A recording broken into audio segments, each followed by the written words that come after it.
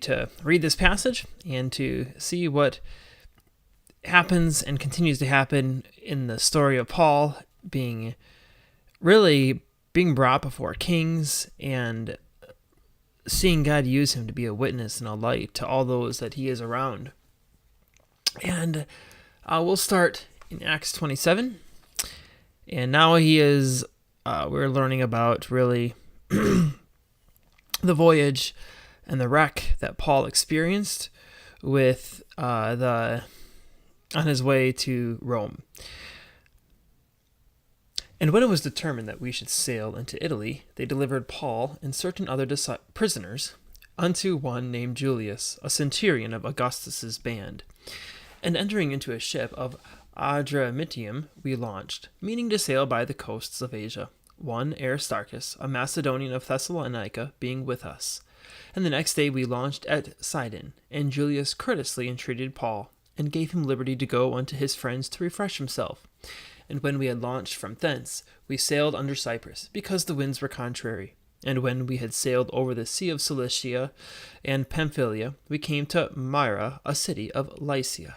And there the centurion found a ship of Alexandria, sailing into Italy, and he put us therein. And when we had sailed slowly many days, and scarce were come over against Cnidus, the wind not suffering us, we sailed under Crete, over against Salmone, and hardly passing it, came unto a place which is called the Fair Havens, nigh whereunto was the city of Lasea. Now, when much time was spent, and when sailing was now dangerous, because the fast was now already past, Paul admonished them, and said unto them, Sirs, I perceive that this voyage will be with hurt and much damage, not only of the lading and ship, but also of our lives. Nevertheless, the centurion believed the master and the owner of the ship more than those things which were spoken by Paul. And because the haven was not commodious to winter in, the more part advised to depart thence also, if by any means they might attain to Phoenice, and there to winter, which is an haven of Crete, and lieth toward the southwest and northwest. And when the south wind blew softly, supposing that they had obtained their purpose, loosing thence they sailed close by Crete. But not long after there arose against it a tempestuous wind called Euroclydon. And when the ship was caught and could not bear up into the wind, we let her drive. And running under a certain island which is called Clauda, we had much work to come by the boat, which when they had taken up, they used helps, undergirding the ship, and fearing lest they should fall into the quicksands, strake sail, and so were driven. And we, being exceedingly tossed with a tempest, the next day they lightened the ship. And the third day we cast out with our own hands the tackling of the ship. And when neither sun nor stars in many days appeared, and no small tempest lay on us, all hope that we should be saved was then taken away. But after long abstinence, Paul stood forth in the midst of them, and said, Sirs, ye should have hearkened unto me, and not have loosed from Crete, and to have gained this harm and loss. And now I exhort you to be of good cheer, for there shall be no loss of any man's life among you, but of the ship. For there stood by me this night the angel of God, whose I am, and whom I serve, saying, Fear not, Paul, thou must be brought before Caesar. And lo, God hath given thee all them that sail with thee. Wherefore, sirs, be of good cheer, for I believe God that it shall be even as it was told me. Howbeit we must be cast upon a certain island. But when the 14th night was come, as we were driven up and down in Adria, about midnight the shipmen deemed that they drew near to some country, and sounded and found it 20 fathoms. And when they had gone a little further, they sounded and again found it 15 fathoms.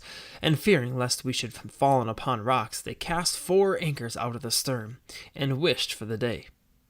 And as the shipmen were about to flee out of the ship, when they had let down the boat into the sea, under color as though they would have cast anchors out of the foreship, Paul said to the centurion and to the soldiers, Except these abide in the ship, ye cannot be saved.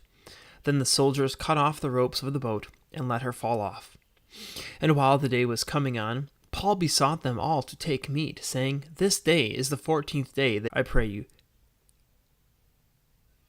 you to take some meat, for this is for your health, for there shall not an hair fall from the head of any of you.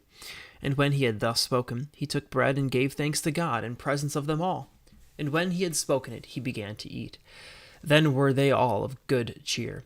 And they also took some meat. And we were in all in the ship 260 souls. And when they had eaten enough, they lightened the ship, and cast out the wheat into the sea. And when it was day, they knew not the land, but they discovered a certain creek with a shore, into the which they were minded, if it were possible, to thrust in the ship. And when they had taken up the anchors, they committed themselves unto the sea, and loosed the rudder bands, and hoised up the mainsail to the wind, and made toward shore. And falling into a place where two seas met, they ran the ship aground, and the forepart struck fast, remaining unmovable, but the hinder part was broken with the violence of the waves. And the soldiers' counsel was to kill the prisoners, lest any of them should swim out and escape. But the centurion, willing to save Paul, kept them from their purpose, and commanded that they which could swim should cast themselves first into the sea and get to land. And the rest, some on boards, and some on broken pieces of the ship. And so it came to pass that they escaped all safe to land. It's amazing to think of the 276 souls on that ship, and none of them were lost in this shipwreck. God had a purpose and a plan, even for something like this. And that's it for today's reading. But may we be people of faith, not questioning why God puts us through circumstances in life, but realizing that God has a purpose and a plan for it all.